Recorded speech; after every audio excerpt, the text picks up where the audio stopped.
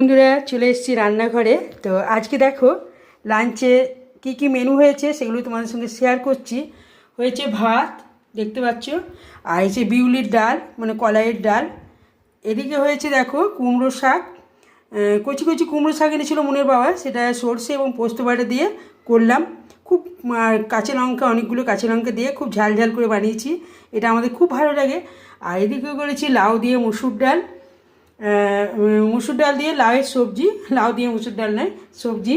এদিকে আছে আমাদের ফেভারিট মামের, সেটা হচ্ছে আলু ভাতে শুকনো লঙ্কা ভেজে সেটা মেখে। আর এদিকে মুনের মাছ ভাজা, মুন ঝোলের মাছ খেতে পছন্দ করে না, তাই ওই জন্য দুটো মাছ ভাজা রেখেছি। এদিকে দেখো রুই মাছের ঝাল দেওয়া হয়েছে, টমেটো বাটা, পেঁয়াজ বাটা ওইসব দিয়ে মশলা দিয়ে, তার সঙ্গে একটু দইও দিয়েছিলাম। আর এদিকে কলাইয়ের ডাল তোমাদের বললাম। তো তো এইগুলোই হয়েছে আজকে লাঞ্চের মেনু। তো তোমাদের কেমন লাগলো আজকে লাঞ্চের মেনুগুলো অবশ্যই কমেন্ট করে জানাবে। আর বিশেষ করে আমার ভালো লাগে এই শাকটা, এই শাকটা সেদ্ধ করে তারপর পোস্ত বাটা আর সরষে বাটাটা ফোড়ন দিয়ে ভেজে শাকটা দিয়ে বেশ সুন্দর হয় খেতে, মানে টেস্টি।